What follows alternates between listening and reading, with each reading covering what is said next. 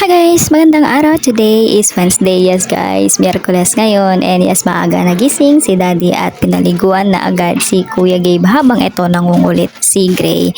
So after naman nun, inayusan ko na siya. By the way guys, nakakain na rin siya. And ayan, so after kumain, inayusan ko na siya. Actually, kumakain pa nga siya dyan. Oh. Ano ba yung kinakain niya dyan? Ay, cheese bread yata. O mahilig kasi siya sa sandwich. Tapos lagyan mo lang ng cheese whiz. So itong ina-apply ko pala sa mga paa ni Kuya Gabe is Lucas Papaw.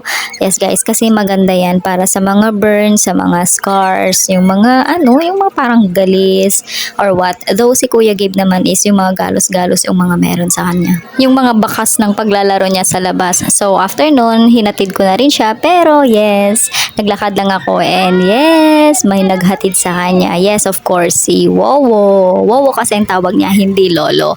Wowo, Wowo ang tawag niya sa mga lolo't lola. Yes guys, 3 minutes to 5 minutes walk lang, hinatid pa.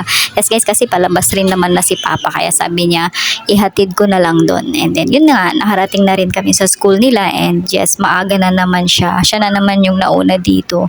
Kauwi nga namin after ng klase niya is pinakain ko na sila, pinatulog ko na rin and yun guys, naggrocery na naman ako kasi ano ba naman, 1 week lang yung pinagrocery kong mga chichirya, ubos na naman. And pagka-uwi nga namin, dumating yung order ko na potty train ni Gray. Magwa 1 year and 6 months na kasi siya. So gusto ko siyang igaya kay Kuya Gabe niya na 1 year and 7 months, hindi na talaga siya totally nagda-diaper morning and night, as in no diaper at all na.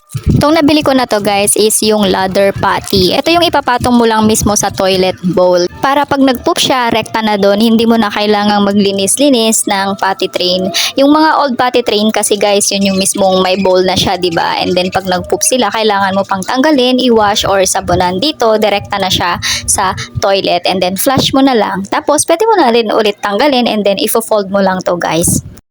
Yes guys, opo, foldable siya. So kahit saang maliit na space, pwede mo siya ilagay. Hindi siya kakain ng malaking space sa bahay nyo. So ayun nga guys, ayan, nagawa ko na siya. And then paulit-ulit lang kasi meron yung mga parts na parang hindi ko maintindihan paano ilagay. Like yung goma. But in the end, nakita ko rin na ang purpose pala ng goma is doon sa paa niya para hindi madulas just in case na akyatin ni Gray pag magpupoops na siya. Link in the comment section na lang guys. Salamat sa panonood. See you in our next video. Bye!